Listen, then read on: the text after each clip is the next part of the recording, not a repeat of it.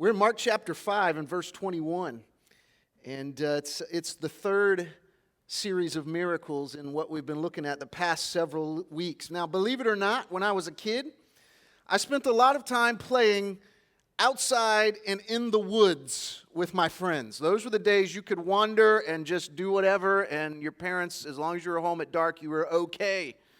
And we spent a lot of time, there were woods behind our homes and next to some of our homes, and we would be there. And whenever a group of boys would get together, if boredom would start setting in, there could always be some kind of game or competition.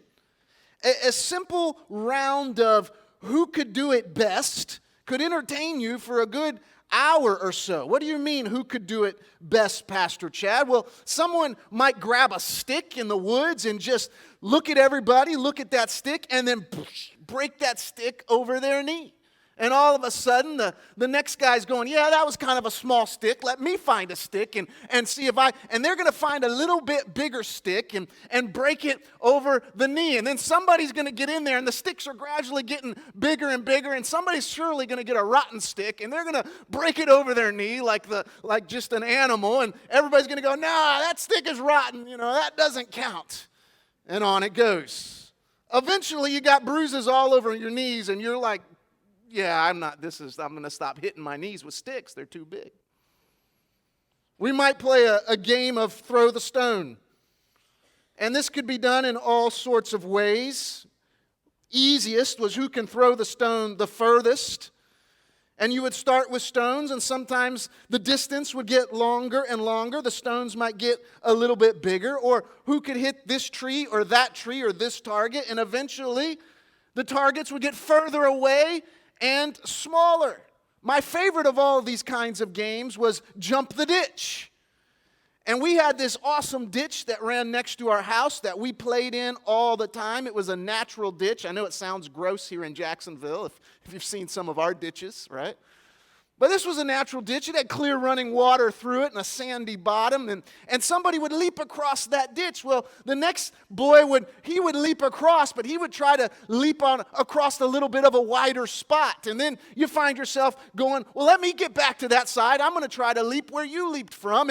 And you would continually one-up each other until somebody's feet are right smack in the middle of the water and everybody's laughing, having a good time.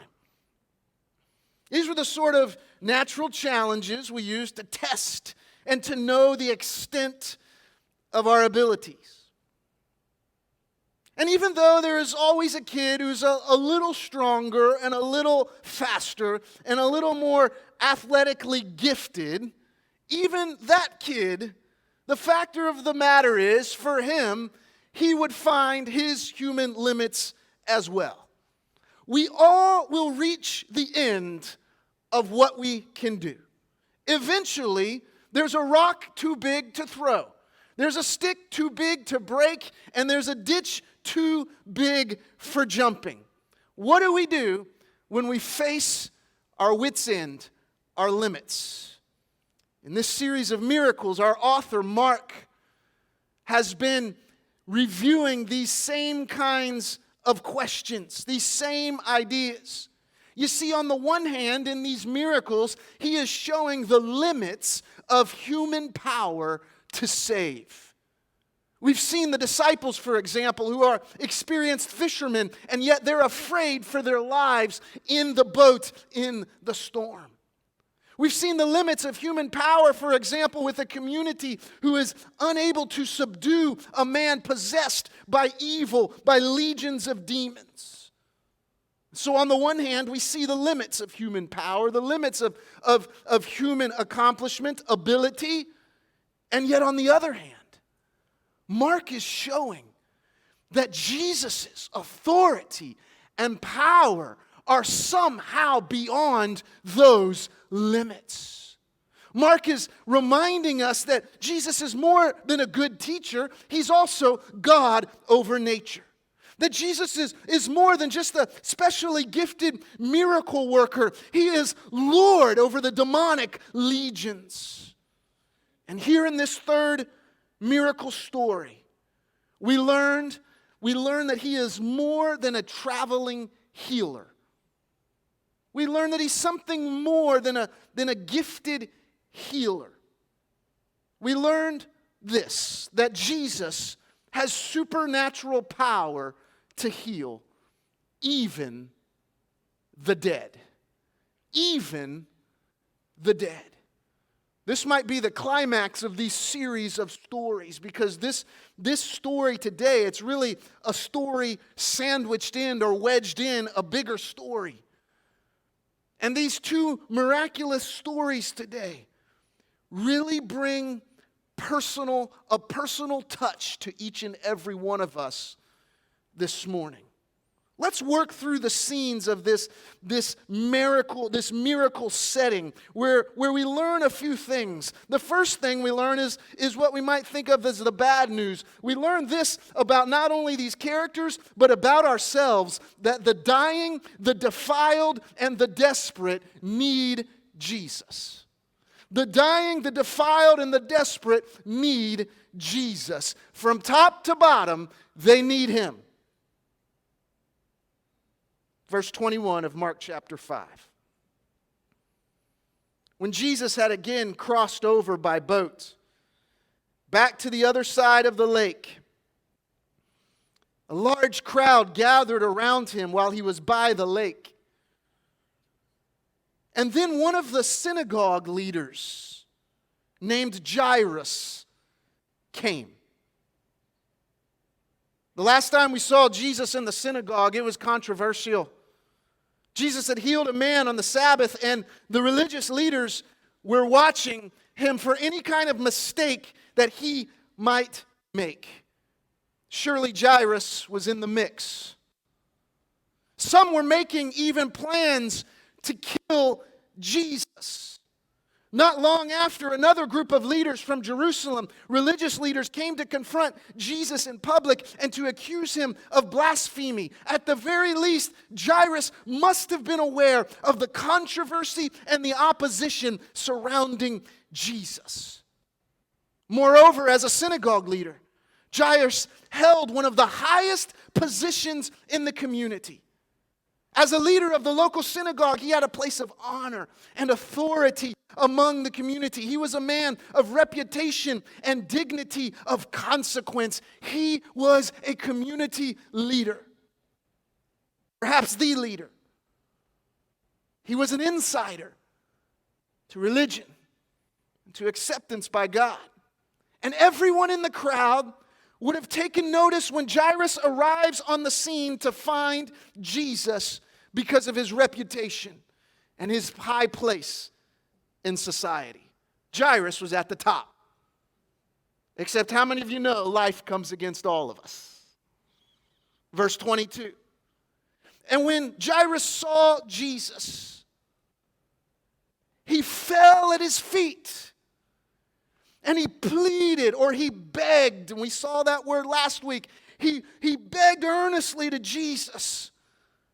My little daughter is dying. Please come and put your hands on her so she'll be healed and live. The crowd might have been shocked to see Jairus at such a low position, humbling himself at Jesus' feet. But at this point, we've sort of come to expect that in these stories, haven't we?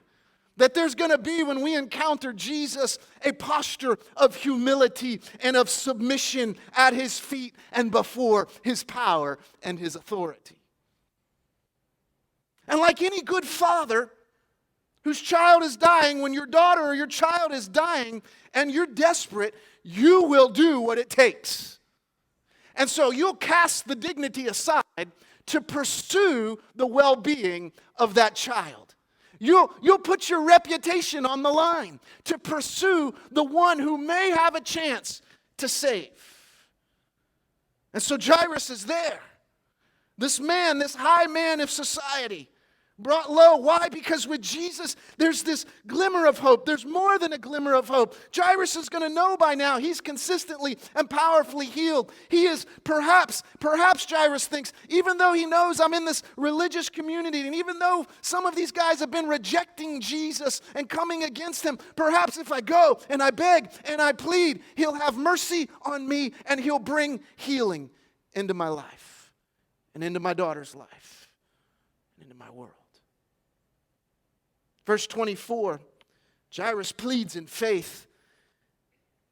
If only you'll come and touch her, she'll be healed and live. Verse 24, so Jesus went with him, and a large crowd followed and pressed around him. The story at this point shifts because an unexpected event happens as they're journeying to Jairus' house. And here we have another interaction sandwiched in this story. In verse 25 it says, and there was a woman who was there who had been subject to bleeding for 12 years. She had suffered a great deal under the care of many doctors, had spent all she had. Yet instead of getting better, she grew worse. And when she heard about Jesus, and I highlight that hearing just in brief because as we continue through the Gospel of Mark, hearing and seeing those themes are going to come back again and again. She had heard a message about Jesus and she's responding to it. When she had heard about Jesus, she came up behind him in the crowd and she touched his cloak. Why? Because she thought, if I just touched his clothes, I will be healed. Now, it's very difficult for us to imagine the suffering that this woman had experienced throughout 12 long years of bleeding. Not only was it a health issue, whatever the nature of her menstrual disorder, the consistent loss of blood would have taken an incredible toll on her body, her strength, and her well-being. So yes, it was a serious health issue. But the problem was also an interrelational issue, a religious community issue. What do you mean, Pastor Chad? In Judaism, the menstrual cycle or giving birth to a child and the blood involved in those two moments in a woman's life would make a woman ceremonially unclean or ceremonially defiled for worship. And there are all kinds of laws. You can read about them in Leviticus 12 through 15 about regulating the menstrual cycles and the birth-giving process of a woman. Laws for how they were unclean and laws for also bringing them back into restoration, into cleanness, into communal worship again. There was a waiting period, for example. There were sacrifices that had to be offered at the priest, and the priest was the one who could come in and declare that the bleeding had stopped, and now the woman would be ready to re-enter the life of the community. If the bleeding continued in a woman's life, the woman would continue in a constant state of defilement or impurity or uncleanness in the community. An unclean person was not allowed to touch others, was not allowed to go into worship.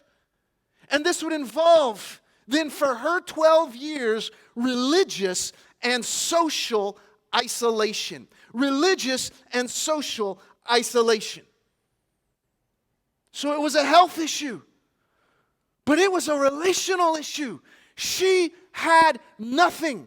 The lowest of the low in society. No wonder she had spent everything to try to find a cure. And we wouldn't be too hard on her for chasing doctors, especially in an age where healing and knowledge was very limited. Even today, in our modern world, in our modern age, with all that we know, there are still diseases that come against us.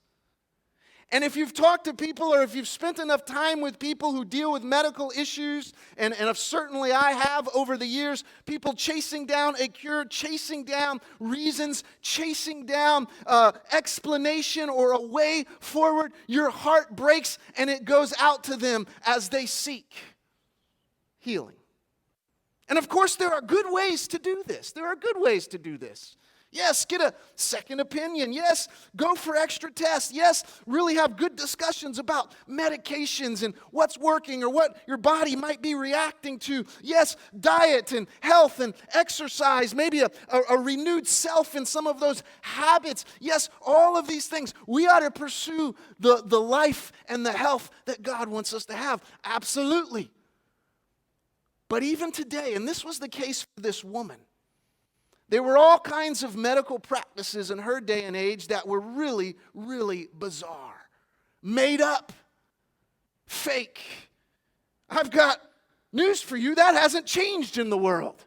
Today in medicine, there are scams and charlatans, and there are superstitions, and there are the activities of even the paganism and the fallenness and the broken of the worldness of the world working through hope, or what we might call false hope.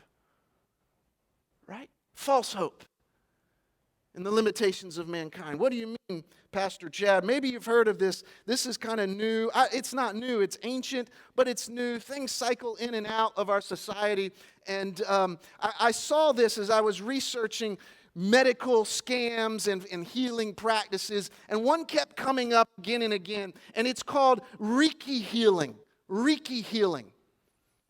And what this is it goes back to ancient Japanese pagan superstitions and rituals and healing practices. Reiki healing.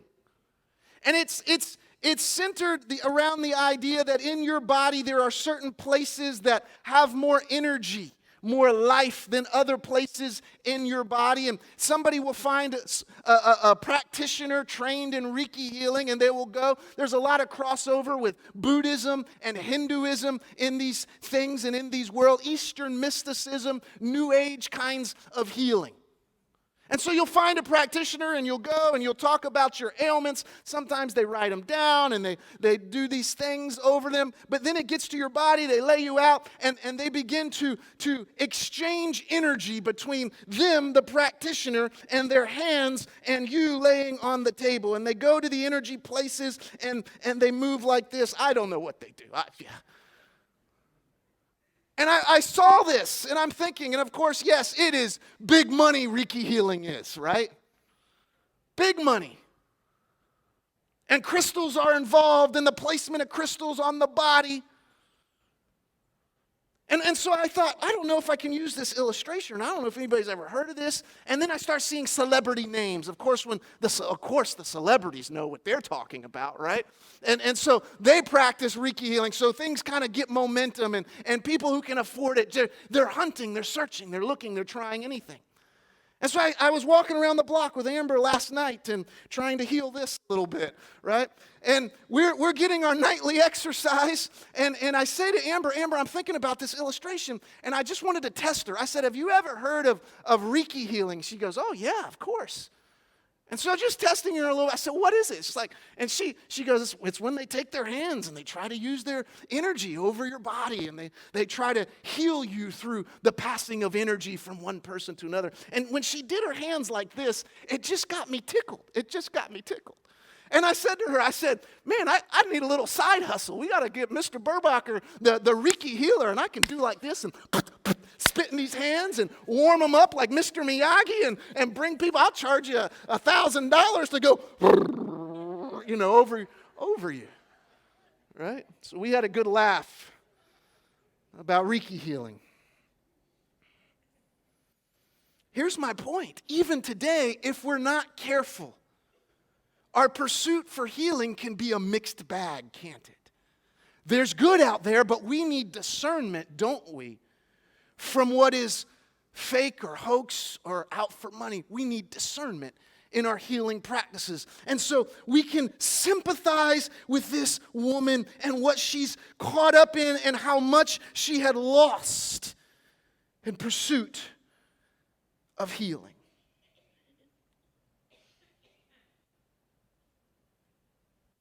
She had sought healing only to discover that everything and everyone was helpless to heal her. She's completely spent. She's socially and spiritually cut off. And in contrast to Jairus, she is the lowest of the low. She's an outsider. She's not even supposed to be there in the crowd, and yet at a great risk to herself, and she is pushing into that crowd, hoping to be unseen. And maybe that's why she approaches him without making a verbal request, and she thinks, if I can just touch him, that'll be enough, and I'll slide out of here. Maybe Jesus has the answer. Why? Because she had heard about all that he had done. Here's the point that I've spent so much time on this morning.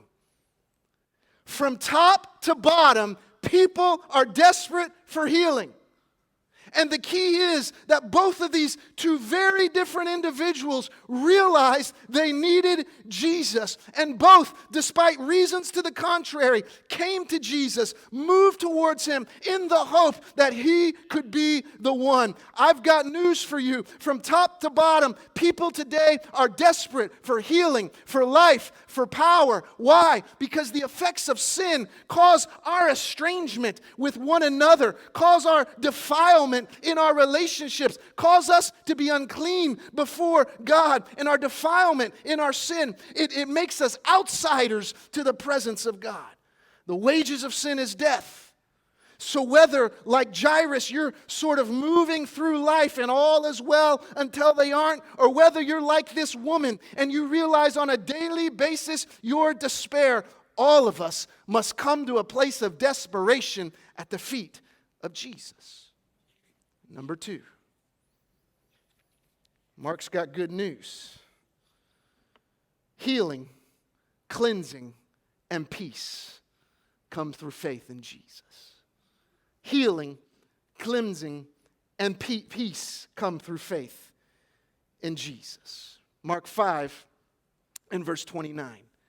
Immediately, her bleeding stopped, and she felt in her body that she was freed from her suffering. At once, Jesus realized that power had gone out from him. And he turned around in the crowd and he asked, "Who touched my clothes?"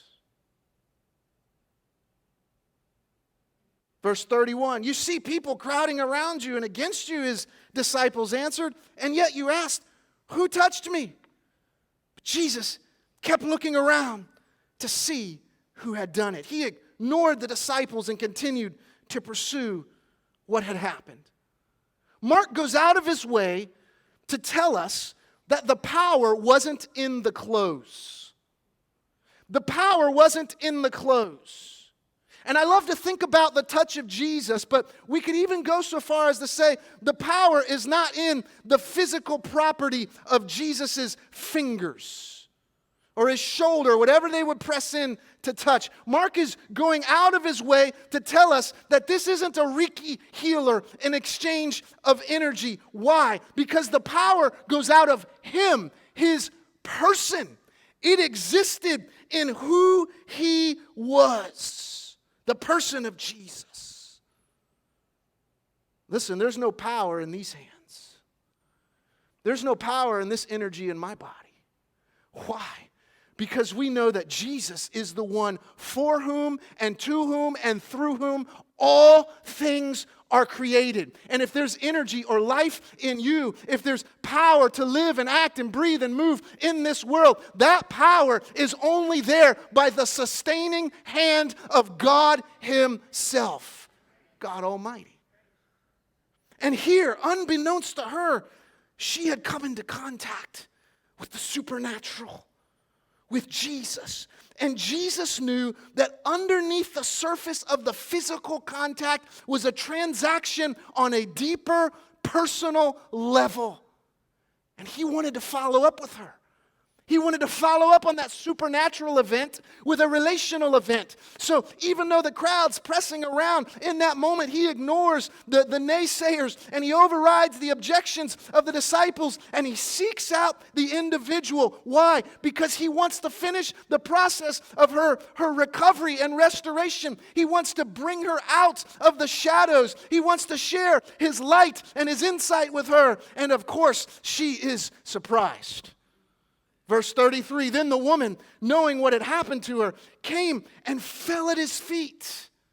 Fell at his feet with fear and trembling.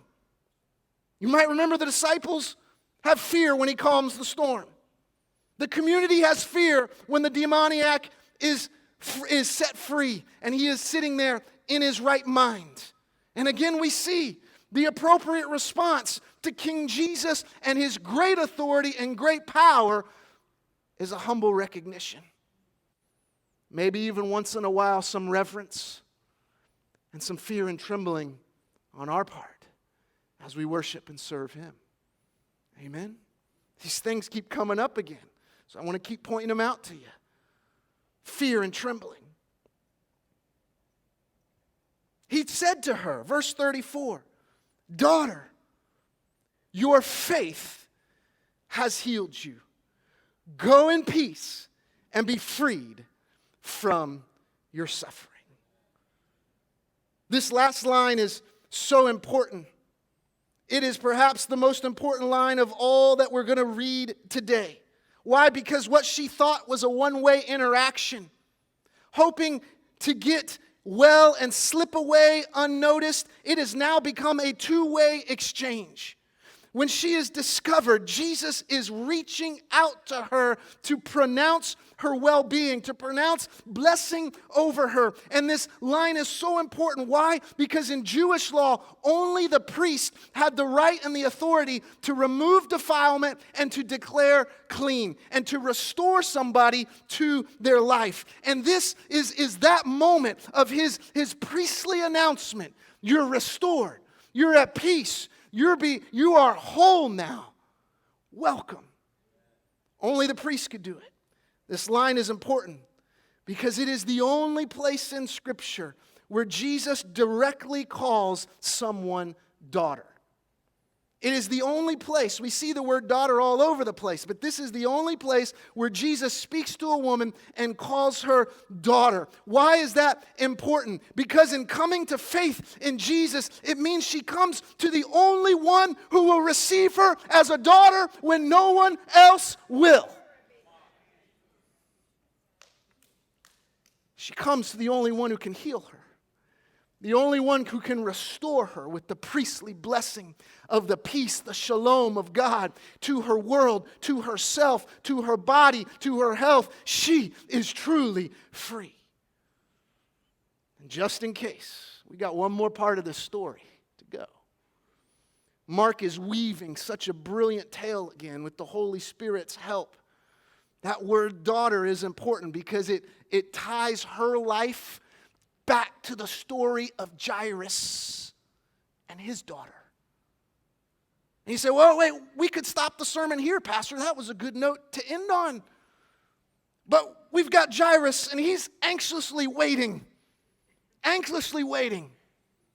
This crowd has been moving towards his house, moving slowly through the streets, compact, and now there's this discussion. We don't know how long, maybe 10 minutes, maybe 15 minutes, 20 minutes, 30 minutes. The pause has been there looking for this woman in the exchange, and Jesus is interacting with her. If you're Jairus and your daughter is dying and help is on the way and suddenly there's a pause, it must feel like being in an ambulance rushing off to the hospital only to hit a traffic jam.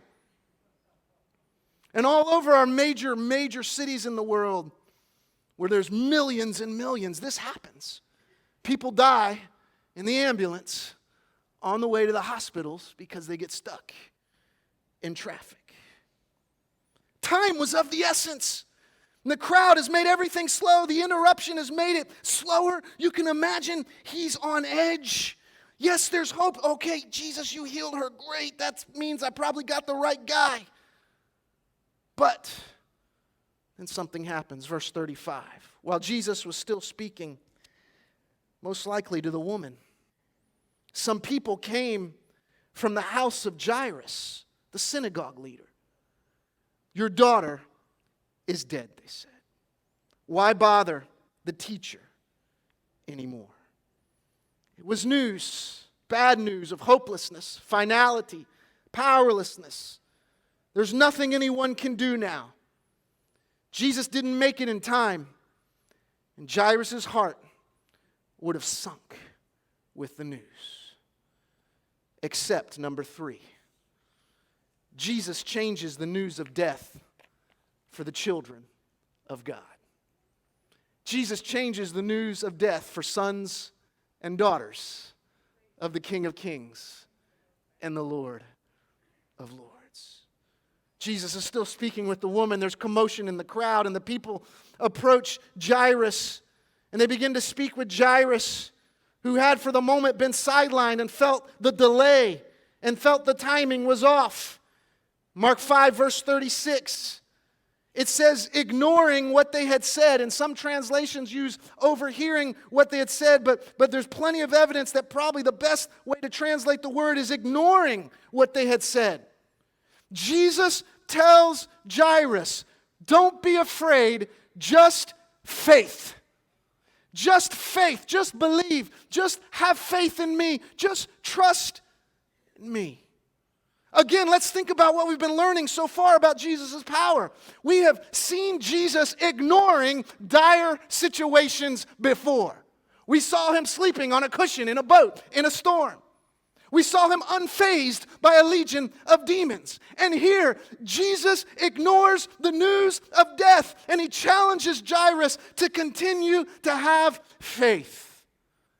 Faith is rising to the surface in this story, and will carry over into next week's story as well. Mark wants us to remember, yes, all of the power and all of the authority is in Jesus, but there's still a requirement of trust, belief, and faith from us, and this will set us up for the weeks to come. Mark is requiring more than awe of Jesus. We must trust him, even to the point of ignoring our fear of death. The moment was tense enough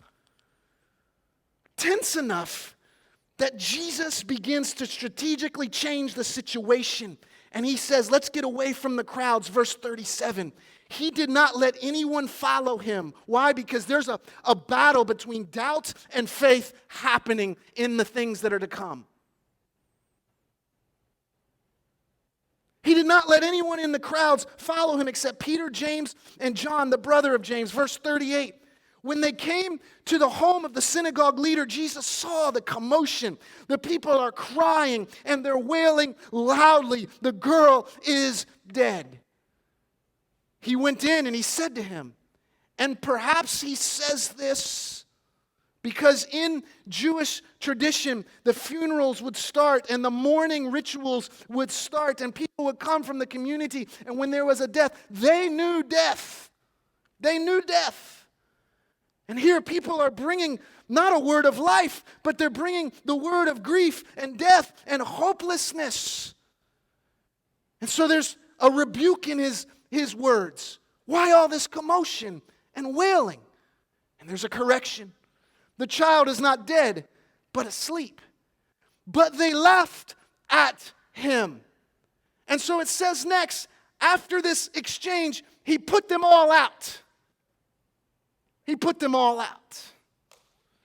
Mark's emphasis on the start of the mourning traditions, the commotion, the wailing, and crying, is to let us, the reader and the listeners, know the girl is really, really dead. Jesus is not mistaken. He uses a metaphor, which was common in that day, it's common today, to say asleep, perhaps to soften the blow. But in saying the child was not dead but asleep, listen carefully. He was not saying to them, you have misdiagnosed her, you have confused her physical condition. No, he's not saying that because she was really dead. He's not saying to them, you've confused her physical condition. He is saying to them, you have confused her final condition. You have confused the end of this story. It's not over yet. How many of you know, as Christians, we hold on to this truth at the very core of our faith, that death does not get the last word, that death is not the final condition. And I don't know about you, but when you're thick in the battle, fear comes. It comes into the heart of each and every one of us, of what's going to happen and how bad is it going to be and is it going to get worse and could it lead to just ultimate dire circumstances. How many of you know we need a word of wisdom from the Lord to look beyond that moment. I like this picture, and I want to show you this quick clip of the intensity of the battle and a word of wisdom that helps a little one push through. It's pretty short. Take a look and see if you can hear the echoes of the Christian faith.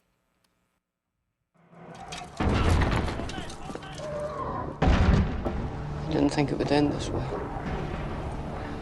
End? No, the journey doesn't end here. Death is just another path. One that we all must take. The grey rain curtain of this world rolls back, and all turns to silver glass. And then you see it. What? Gandalf. See what? White shores. And beyond. A far green country. And a swift sunrise.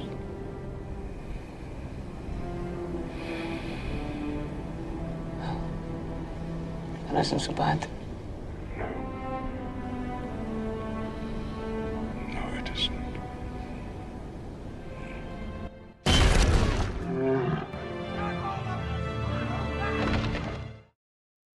It's easy when we're in the heat of battle. Fear to creep in. For us to lose sight of the bigger picture. But the Christian message tells us that death is not the end. And so it says in verse 40, Jesus took the child's father and mother, and the disciples who were with him, and he went in where the child was. And he took her by the hand. He didn't need to, but he loves this girl. The healing's not in that moment just yet. And he said to her, Talitha cum. This was the common language of the people, Aramaic. So Mark translated for us. He says, it means, little girl, I say to you, get up or rise up. And immediately, at his word, at his command, the little girl stood up and began to walk around. And Mark is careful to remind us to connect all that is going on with the woman, with this little girl, that she was 12 years old. And at this they were completely astonished. Verse 43. And Jesus gave strict orders not to let anyone know about this and told them to give her something to eat as a continual confirmation of her restored life. You see, on that day, Jairus learned firsthand the meaning of his own name. The name Jairus means he enlightens or he awakens. And on that day, a daughter who had suffered defilement for 12 years is restored to peace, and a daughter who is 12 years old and had died from disease and died from what was poor timing and had died from what seemed like the end was raised to life and restored to her parents. Share with a friend and subscribe to our channel.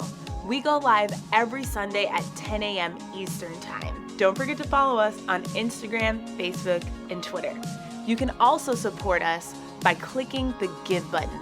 This allows us to continue to impact our community as well as help missions across the globe with the love of Jesus Christ. Thanks again for watching.